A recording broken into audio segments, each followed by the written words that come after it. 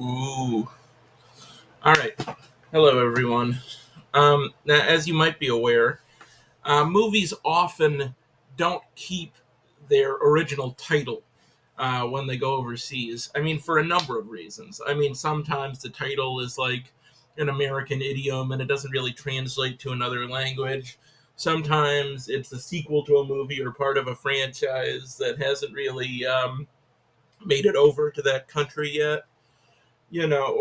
Sometimes they'll just change the title to appeal more to local tastes and things that the locals are more interested in. So I thought it would be fun to go through some of these alternative foreign movie titles and rank them not based on how cool they are or how funny they are, but how accurate they are. In other words, if the foreign title was always the title of the movie, if that's what it had been called on the original script, would it have made sense for the film? So we're just going to do this in whatever random order they are down here.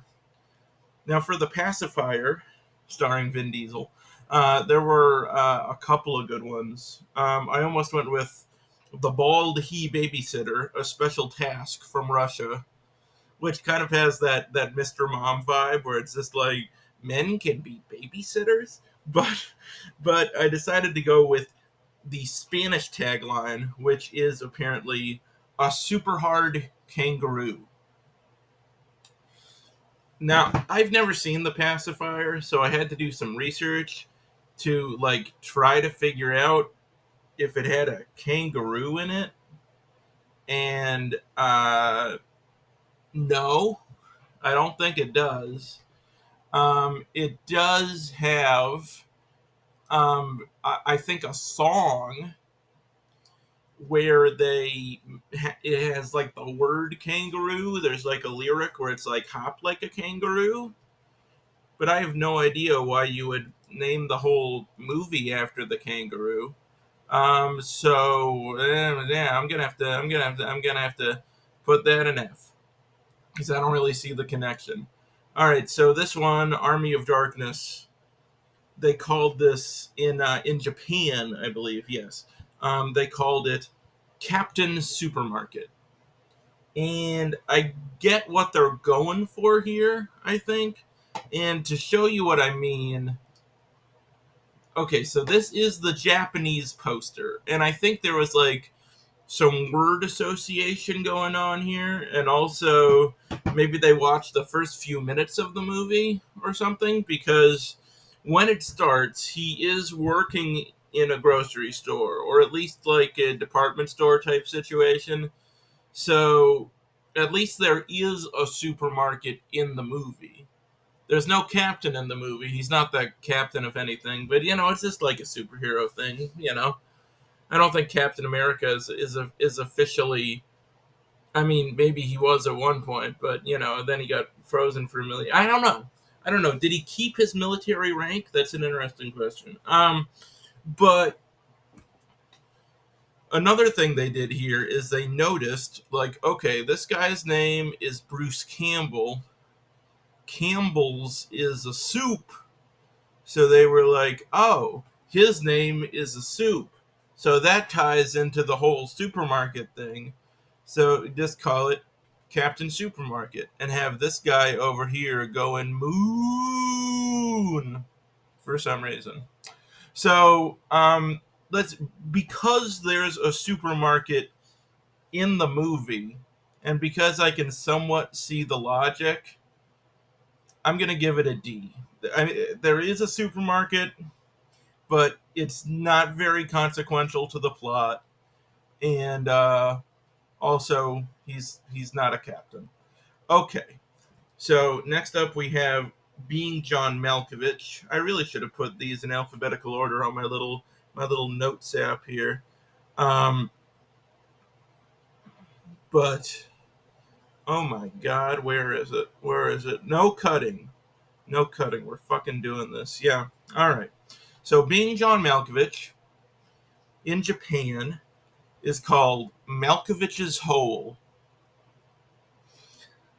Now, I think the film would have been a lot more frightening to people with that title. I don't know if it would have been less popular or more popular.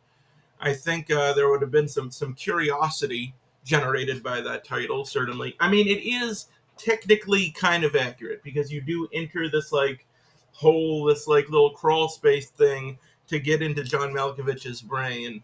But just the phrasing of it is unfortunate. So I think I'm gonna give it a C because it does have some basis in the film. Like there is a hole that leads to Malkovich. But it's like you don't type the words Malkovich's hole together and are like you don't see any issue with that whatsoever. I don't know. I don't know. All right, next we have Up, which is it's a fine title, but it's just a word. It can mean a million different things. Like lots of things are up. They're like birds and clouds and planes and planets and space. Um, so they made it a lot more specific in Japan, and they called it Grandpa Carl's Flying House. And I don't know. I don't know. I think it's I think it's potentially a better title. I mean, I like the enigmaticness of Up, but if I just went to somebody and was like, you want to go see Up? And they were like, what's it about? And I'm like, no other information. You have to go based on the title alone. They would be like, I don't fucking know. But if I told them, you want to go see Grandpa Carl's Flying House, they'd be like, fuck yeah, I do. That sounds crazy. And then I'd be like, it's a movie, right? And they would be like, oh, okay. So I think it works. I think it's good. Okay, so The Dark Knight here. This was a quality one. So in Spain, this movie is called The Night of the Night, right? And so the first night is spelled with a K, and the second night is spelled with an N. The Night of the Night, and I really like that. I really like. I mean, it's a little cheesy, but I think it's a good pun. I think it's very evocative. I think it's very true to the character. So I think Night of the Night gets our first S. I'm a big fan of Night of the Night.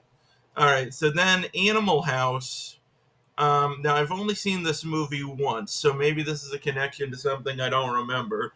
But the title of Animal House in Germany is I think I've been kicked by a horse. Which I don't remember that happening in the movie. I don't remember there may being a horse maybe during the parade scene, but I don't did a horse kick somebody in that movie? I don't know. I mean, if it did happen and I'm just not remembering, it's not a big enough part of the movie to name the movie after it, And I mean, it gets some points because like, I think I've been kicked by a horse. It doesn't have to be a literal thing. Like there are lots of people who are like doing a lot of drinking in this movie, and I can imagine somebody waking up the next day with a hangover and being like, I feel like I got kicked by a horse. So I get it, um, but it's not very representational of the film. So I think D. D is where they go if I get what they were going for, but I just don't think it works functionally. Um, Okay, so Stripes, similar situation. Stripes also has a German title, and it is I Think an Elk is Kissing Me. Now, it's been a long time since I saw Stripes, but I distinctly do not remember an elk kissing anyone, and that goes for both the animal elk and members of the like elk fraternity. I don't remember any elks of any kind even appearing in that film, let alone kissing anybody. I might be forgetting something, but once again, even if that's in the movie, which I really don't think it is, it's not a big enough part of the movie to call it that. So because it's not representational, because I don't even get what they were trying to say, it goes in F. Okay, now the Terminator in Poland was called Electronic Murderer. And this is a hard one because I think those titles are basically equally good. Like, I mean, the Terminator is like very evocative, but so is Electronic Murderer. You know, that draws me in too. I want to see the Electronic Murderer. So I think I'm going to put that in A because I think it's a very good title, but I don't think it's necessarily better than the original title. I think it's like right on par with it. Okay, so next we have the 2016 Ghostbusters film, the one where the original people weren't really in it, but they played these like weird cameos where they weren't playing themselves. I didn't think this movie was as bad as a lot of other people did. I mean, but what can you do? But in China, um, and I believe I read that this was because they don't want to, put like words in there that are like they took issue with the term ghost because I think they thought it was like kind of like cultish, a cult, and they don't want to promote that kind of stuff. I guess in a major public forum, I don't know, something like that. Look it up. Um, so they wanted to get ghost out of the title, so they called it Superpower Dare Die Team, which I have mixed feelings about. Okay, I mean, I think Ghostbusters overall would have been better received as a film if it wasn't just called Ghostbusters. And you can kind of tell they felt the same way because when it went to DVD, they changed the title and they called it Ghostbusters Answer the Call. Because I think that was annoying to a lot of fans that they were just like, not only is this nowhere near as good as the original, but now whenever I talk about Ghostbusters, I have to be like, oh, the 80s Ghostbusters, not the new Ghostbusters, So I think that just led to the whole annoyance of the whole situation. So it would have been smart to give it a different title. That being said, I'm not sure Superpower Dare Die Team is the correct way to go because a die team, I mean, it's not like a kill team, it's a die team. So it sounds like they are a team that is determined to die. Like they're using their superpowers to make sure they die because they dare to die as a team. So yeah, this is another one that goes in D where I get what they were going for functionally, but it just doesn't connect with me personally. As good as it gets, this is a hard one because this is maybe my favorite on the list, but I don't feel like it has any real bearing on the film itself. And that title in Hong Kong, apparently, as good as it gets, was called Mr. Cat Poop. And I've read that this is because in the local language, Jack Nicholson's name in that movie is Melvin, and I've read that the name Melvin is very similar to the word for cat poop. Um, and while this is obviously hilarious, and I would definitely be more likely to see a film called Mr. Cat Poop as opposed to a film called As Good as It Gets, um, it is also not very accurate to the film. I mean, once again, it has been a long time since I saw As Good as It Gets. But you can see here right on the poster, he has a dog. That's the dog. Um, and this might be, I remember this, is this like Greg Kinnear's dog and he shoves it down the mail chute and then, or like the laundry chute or something, and then, but then he ends up loving the dog because he becomes a nicer guy. I like vaguely remember this movie. I won a lot of Oscars for some reason. I don't know. But yeah, I don't remember there being a cat, and I definitely don't remember there being cat poop, and I definitely don't remember him interacting with cat poop enough to be called Mr. Cat Poop, unless they just called him Mr. Cat Poop because he's a jerk. But I still think that would be a weird thing to call him in that context, even if that's what you mean. So, if we were rating these based on humor or how much I love them with all my heart, it would go up an S. But using our grading rubric, it's got to go in F, unfortunately. But this one's not going to go in F. This is the multiple Academy Award winning film Leaving Las Vegas. This is what got Nicolas Cage his Oscar, um, where he basically plays a drunk who's trying to drink himself to death, and he hires a prostitute to hang out with him while he undergoes this very painful process, and they like fall in love and stuff. Um, but leaving Las Vegas, very evocative title. I like the alliteration. It's a good title.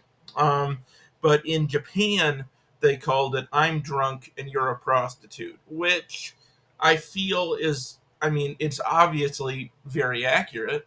You know, that's what's happening, but I don't know. On the one hand, it doesn't have the poetry of the original title, you know.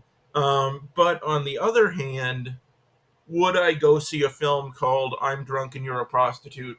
Probably, just just out of curiosity. So I don't know. I think this is another one that goes in A because it functionally works and it's still a good title, but I don't think it's better than the original title. Never Been Kissed, which is a movie I've never seen, so excuse me if there's some confusion here, but Never Been Kissed in the Philippines was called Because She's Ugly, which just seems mean. Like, I know that Drew Barrymore in that movie, she's like trying to be a nerd, right? Like, she wasn't popular in high school because she was a nerd. But do people think she's like flat out ugly in that movie, or do people just think she's not cool? I don't know. I don't know. It's mean, and I'm gonna put it in D because I get what they were going for. They were trying to say, they were basically trying to answer the question of the title. It's like, why has she never been kissed? And then the Philippines were like, oh, it's because she's ugly. So, like, I get it, but it doesn't really work for me. Once Upon a Time in the West. This was another one where I had trouble deciding because not because both of these are really funny or something, but because they're both really cool. In China, it was called Western Department of Memories, which is I just think that sounds awesome. It sounds like some kind of weird Western sci-fi kind of thing, like high concept Charlie Kaufman-y weirdness thing.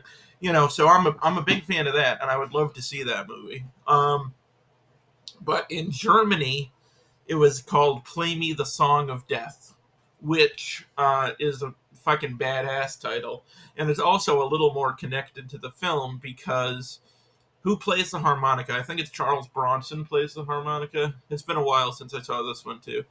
Um, but there is music in the film, there is death in the film, and the title's just badass. So I think it's accurate enough and evocative enough and cool enough to join Night of the Night up in S tier there.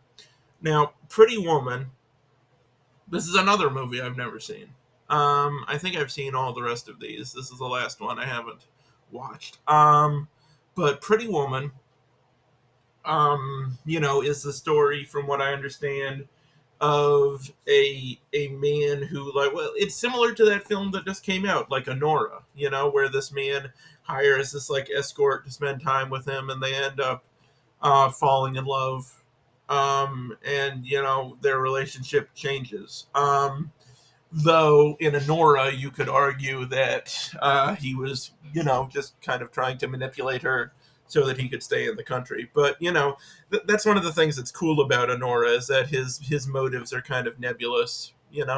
But yeah, in the way that they interpreted this movie in China was different, I think, than the way most people interpreted it, because China called this movie "I Will Marry a Prostitute to Save Money," which, I guess that makes sense, in a way, because it's just like, if if he marries her, he doesn't have to pay her anymore, I guess, because they're married. But I don't think that was his motive. I don't think he was like, I'm going to pretend to fall in love with this woman and get married to her and tie her to my life forever, inextricably, because I'm sick of giving her all this money. Like, I think that's a very cynical view of the film. Um, so that one goes in D. That's like, I get what they were going for, but I don't think it really works. Now, the Shawshank Redemption, there are a few on here. I'll tell you right now. It's Shawshank Redemption and The Sixth Sense, where it kind of gives away the ending of the movie in the title. So if you haven't seen those movies somehow, skip ahead a little bit. But also, they've been out for a long time. Um, so the Shawshank Redemption, they translated in Finland as Rita Hayworth is the key to escape. Which, number one, oh, I should have gotten some water. Fucking balls. Um, it gives away the twist about the poster, obviously, that he's digging the tunnel behind the poster. But also, I think it's unfair to give all the credit to Rita Hayworth. Um, I know the original book is called Rita Hayworth and the Shawshank Redemption, but they were saying Rita Hayworth was the key to his escape, which isn't technically true because he has, that's like the first poster he puts up. But when he actually escapes, the poster he has up is Raquel Welch. So Raquel doesn't get any of the credit for that? I don't know. I think that's unfair. So I think this is going to be my first B tier because, I mean, it is obviously accurate in a sense, but I also think it's inaccurate in a sense. And I don't think it's a particularly good title. I mean, I would be curious to see how Rita Hayworth was the key to escape, but then I would see him get the poster and I'd be like, oh, he's using the poster to hide something. So I think it would make the movie less enjoyable to watch for a first time watcher. I feel kind of bad for the people of Finland. Now, The Hangover, this is a subsect of these where I just think they're being very judgy, and I don't really care for that.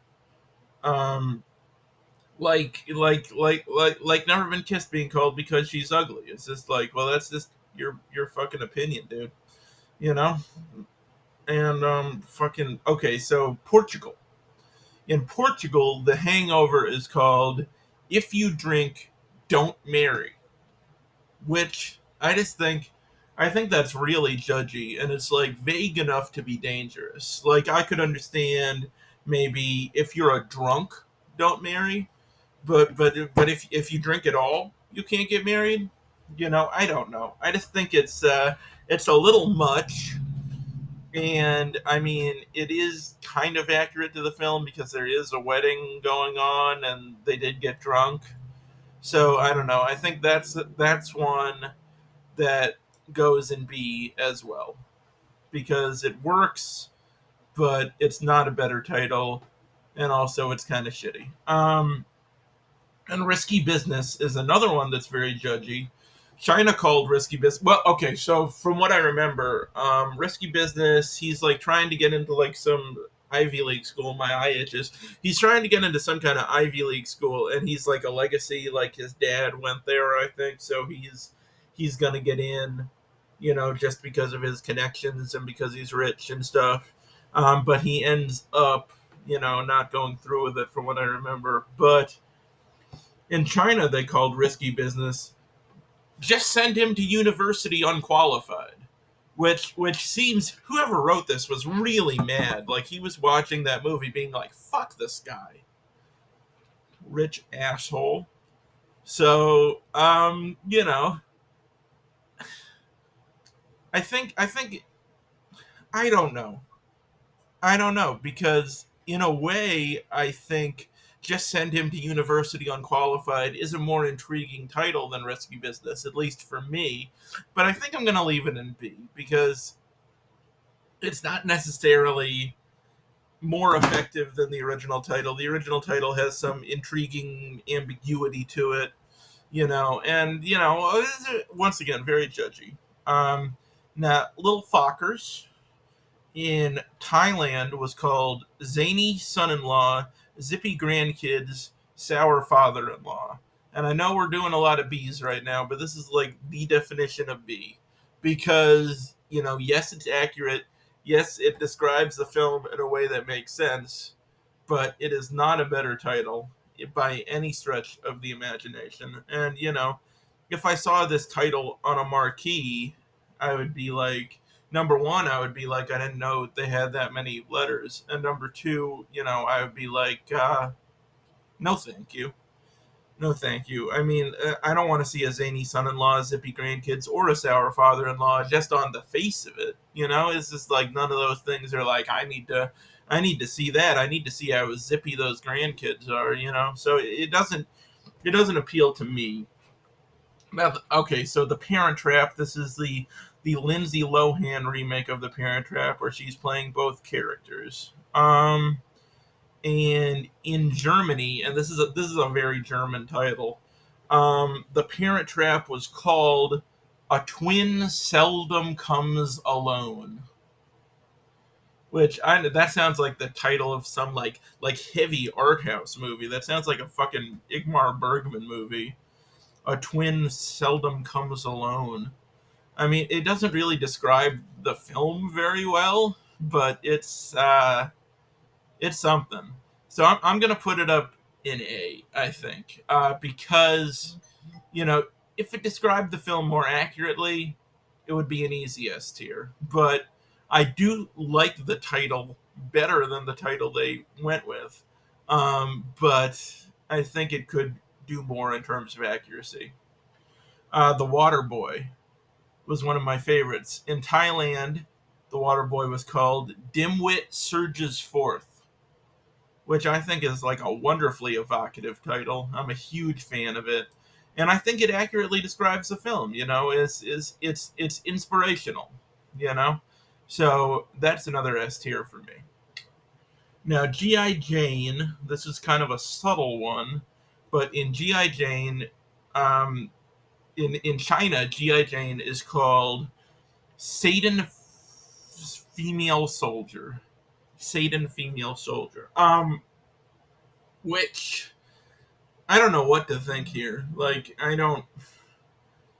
I'm pretty sure she's not like devil affiliated in the movie, so I don't know if they're like anti women in the military or what they're going for. So this one goes in D because it's slightly accurate because it is about a female soldier, but also I don't really understand what the intent of it was beyond that. Nixon, Oliver Stone's follow up to JFK. Um, in China, this was just called Big Liar, which I actually think is kind of badass. It's just like you fucking tell him, China, you know. So I'm gonna put that up in A because I think it's an awesome title. I think it's a more interesting title than Nixon, but it's also not very descriptive. So you would have no idea, that the film was about Nixon based on that title. But if you just wanted to see a movie about a big liar, you'd go anyway. And seeing movies about liars is fun because their world always unravels around them and shit. And it's a good time. But I think A is fair. Now, Inside Out had a bunch of good ones.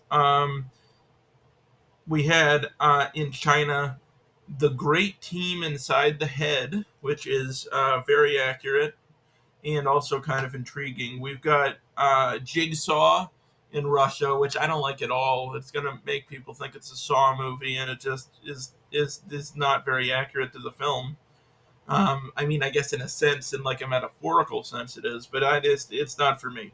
But my favorite was Fantastic Emotional Turmoil from Thailand, and I'm going to put that up in A as well, just because it's a really cool title, and I'm a big fan of it, and it's arguably a more interesting title than Inside Out, but Inside Out is obviously more thematically tied to the film, and has a little bit more relevance. All right. And next up, we got Anchorman 2, which I gotta say, I think is a pretty underrated sequel. I really like Anchorman 2. I think it's almost as funny as the first one, not quite. But like the Ghost of Stonewall Jackson, like, might be my favorite joke in either movie. Anyway, in what country was it? In Portugal, Anchorman 2 was called Fuck the News, which, you know, I think it covers all the bases. It's an attention grabbing title. It's very related to the content of the film, and it's a good title. You know, uh, I for one just like want to applaud the people of Portugal for, like, if a movie came out in this country with "fuck" in the title, it could never get a wide release. So I applaud them, and I envy their level of freedom of expression. But yeah, I mean, I see no reason not to award it the highest marks. It checks all the boxes for me. Next up, we got the Hurt Locker, which was called in Germany Master of the Storm. Now, on its face, Master of the Storm, well, it's poetic, and it's evocative and shit. How many times have I said evocative? I don't know.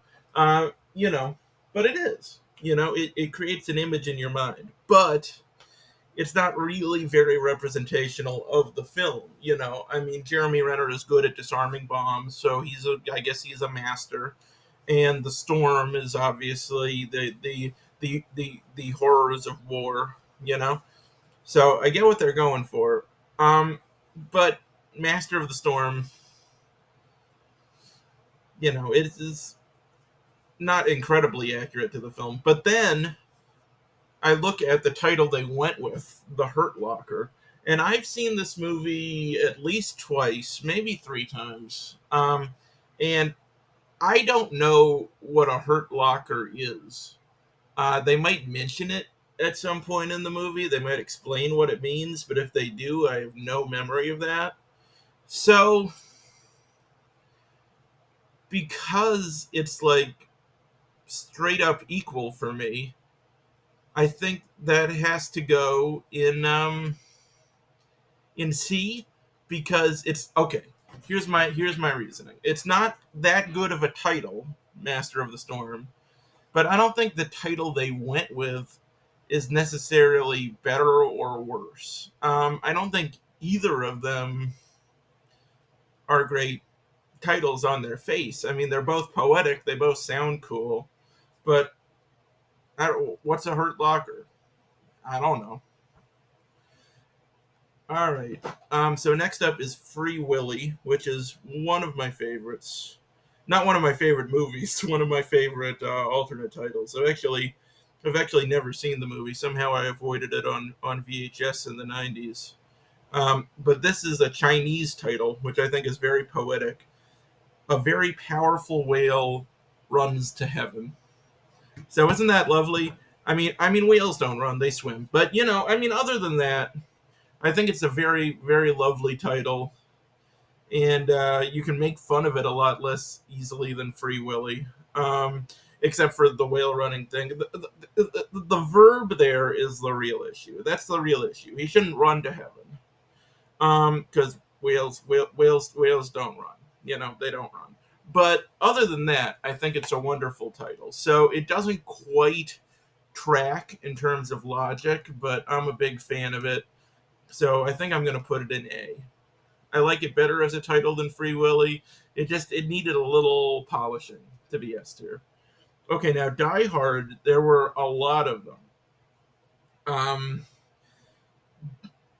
Like the first one, for example, in Greece is very hard to die, which on its face, it doesn't seem that different, maybe not even worth noting.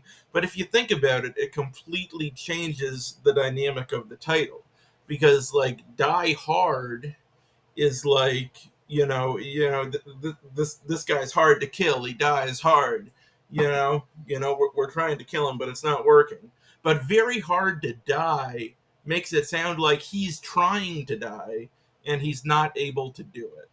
So for me, since it completely reverses the meaning of the Bruce Willis's entire intent as a character, I got to put it in D. It's not bad enough to put it in F because it is thematically related to the story just as much as Die Hard is. And then Die Hard 2, Die Harder. This is an interesting one. Now in Spain, the original Die Hard was called Glass Jungle, which I think is a pretty cool title, honestly. Um, but then the sequel came out, and instead of calling it Glass Jungle 2, they called it for some reason The Jungle 2 Red Alert. So this gets an F because not only does it not tell you anything, it's confusing and inaccurate. It's maybe the worst title on this entire list because there is no The Jungle 1, and without that word glass, it's like you're expecting it to take place in an actual jungle. There's a red alert in a jungle, and yeah, it's a mess. That one's a real mess. And then the last one I have here is Hungary had this naming convention for Die Hard, where they were basically saying, like, instead of Die Hard, they were saying life is expensive, which is a cool poetic thing to say. But it's the first one was called Give Your Life Expensive, which doesn't really track. But it's I get what they're going for. Then the sequel was Your Life is More Expensive. The third one was The Life is Always Expensive. And the fourth one here, Live for Your Die Hard, was called Die Hard 4.0, The Most Expensive of Your Life, which I think is just funny because it's a very polished movie with a lot of CGI. It looks very expensive to the point where it's almost kind of soulless. So I see it as a commentary on the filmmaking personally, and I'm positive that's what they intended. So it tells you nothing about the plot, but it tells you as much about the plot as the title Live Free or Die Hard. So that's another C, where both titles are like equally good in my opinion, but both of them aren't that good. Um, all right, Willy Wonka and the Chocolate Factory. This is another one where I guess there are minor spoilers, but you know that part where Augustus Gloop, where he falls in the chocolate river and just kind of disappears. Now they don't confirm that Augustus Gloop is dead in the movie. Like you never like see his chocolate logged corpse or anything, but they're not fucking around in Denmark because they called the movie The Boy Drowned in the Chocolate Sauce. So, number one, that's going to get people into seats. They're going to be like, what the fuck is this? A boy is drowning and what? It's going to grab your attention, and it's a real punch in the gut. And then beyond that, it's nice to have answers. It's nice to know that Augustus Gloop really is dead. And for that reason and more, I think I'm gonna put it in A. I don't think it's as effective a title as Willy Wonka and the Chocolate Factory because Gloop's demise is Augustus Gloop's demise is just like a scene in the film. It's not like the most important scene in the film. It's not the scene the film should be named around. It's not the key event of the film. But I like it. Good title. Okay, this is an interesting one where they changed it to match local tastes. Cloudy with a Chance of Meatballs. Now, apparently in Israel, they don't eat meatballs a lot, and so they were like, they looked at this picture and they were like, okay, what else can this be? Not meatballs. People around here don't like meatballs, and they decided it kind of looked like falafel, so they didn't like redraw it or anything. They just played this mind game with people and changed the title to It's Raining Falafel. So still literally a picture of meatballs falling from the sky, but they're just telling you, like, nope, those aren't meatballs. You're wrong. Those are falafels. And I feel really bad for any Israeli people who went to see this movie and were expecting to see falafels. There are no falafels in the movie. I bet they were probably crushed. You know, I mean, it's better than the people in the movie who were literally crushed by meatballs. But um, let's see, where should this go? It's true to the spirit of the film, I guess, because food is falling from the sky, but it's inaccurate and it's deceptive. So I'm going to put it in D. The producers is in Italy was called "Please Don't Touch the Old Ladies," which is plot accurate. He is using his affairs with old ladies to fund his theater work, but you know I don't think that's like the main crux of the film. That's kind of why they're doing what they're doing. That he's trying to max Zero Mostel's character, is trying to make money this way, and it's not cutting it. So he's got to find the worst play ever. You've seen the producers, but yeah, I don't know. I mean, it's not really speaking to the appeal of the film, and I think it's also just kind of judgy. Once again, it's one of these judgy ones where it's just like, why not? I mean, as portrayed in the film, the old ladies, appreciate that that Zero Mostel is like, you know, that he acts like he's into them and he gives a care and stuff. So I mean, I don't know. It's judgy. It's weird. I'm gonna put it in D. The Sixth Sense. This is another one where, if you haven't seen The Sixth Sense, click ahead. But yeah, how have you not seen The Sixth Sense? Go watch it. Um, but in China, I mean, this is exactly what you think it is. In China, The Sixth Sense was called "He's a Ghost," which, on the one hand, completely gives away the twist, but on the other hand, it really doesn't, because you don't know who he is. There are lots of guys in the movie, so I imagine everybody in China was watching the movie trying to figure out, like, okay, but which one of them is the ghost? Is Bruce Willis the ghost? Is the little boy the ghost? Or are the multiple male ghosts who show up in the film the ghost the title is referring to? I mean, I think it'd be pretty obvious because Bruce Willis's wife pretends like he's not there because he's literally not there. And in retrospect, that whole situation should have seemed weirder than it was, but Shyamalan did it in such a delicate way that he pulled it off. He really did. But yeah, I mean, I think it's accurate. Obviously, it's too accurate. It kind of screws up the movie. So D it is. I would say it's not on par with the title. It's definitely worse than the title they went with. So D. Okay, so this is another one that completely reverses the meaning of the film. This James Bond film, You Only Live Twice. They changed the title. There it is. In Japan, which is interesting because a lot of the film takes place in Japan. There is a part where Bond has to pretend he's dead and go into hiding and become a Japanese. So it's just Sean Penn in this like terrible makeup that's supposed to make him look vaguely Japanese, but it doesn't work at all. But in Japan, they called the film 007 Dies Twice. Which, let's think about this, right? So they call it you only live twice. The Japanese call it 007 Dies Twice. Like, no, he doesn't. Like, that's the whole point. He lives twice. He dies once. Once he was James Bond, and then he dies, and he becomes a Japanese man living out in the country, and then he doesn't die again. I mean, I guess you could say his Japanese persona dies in that he's probably not going to be reusing it all that often. But, I just strongly believe, it works one way much better than it works the other way. So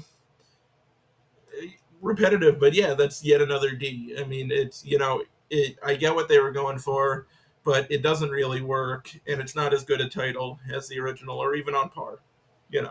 All right, and the last one is Lost in Translation, which in Finland was called Meetings and Failures in Meetings, which I actually think is a nice title. I think it's nice and pretty poetic, and I mean, it speaks to the themes of the film pretty well. I mean, Lost in Translation definitely, is more thematically tied to the content of the film because there's that whole language barrier thing. But it is, a movie about, people connecting or not connecting with other people. So I think it's really good. I think it's almost as good of a title as Lost in Translation, not quite. So I'm gonna give it a very high A. All right, and that's it. I mean, this is a public tier list, so it doesn't work without the list I have on my phone of the actual titles. So maybe somebody will try to do this and they'll be very confused. They'll be like, "How the fuck does this work?" Which is great. And I hope that person is you. But in the meantime, I'm gonna go in the other room.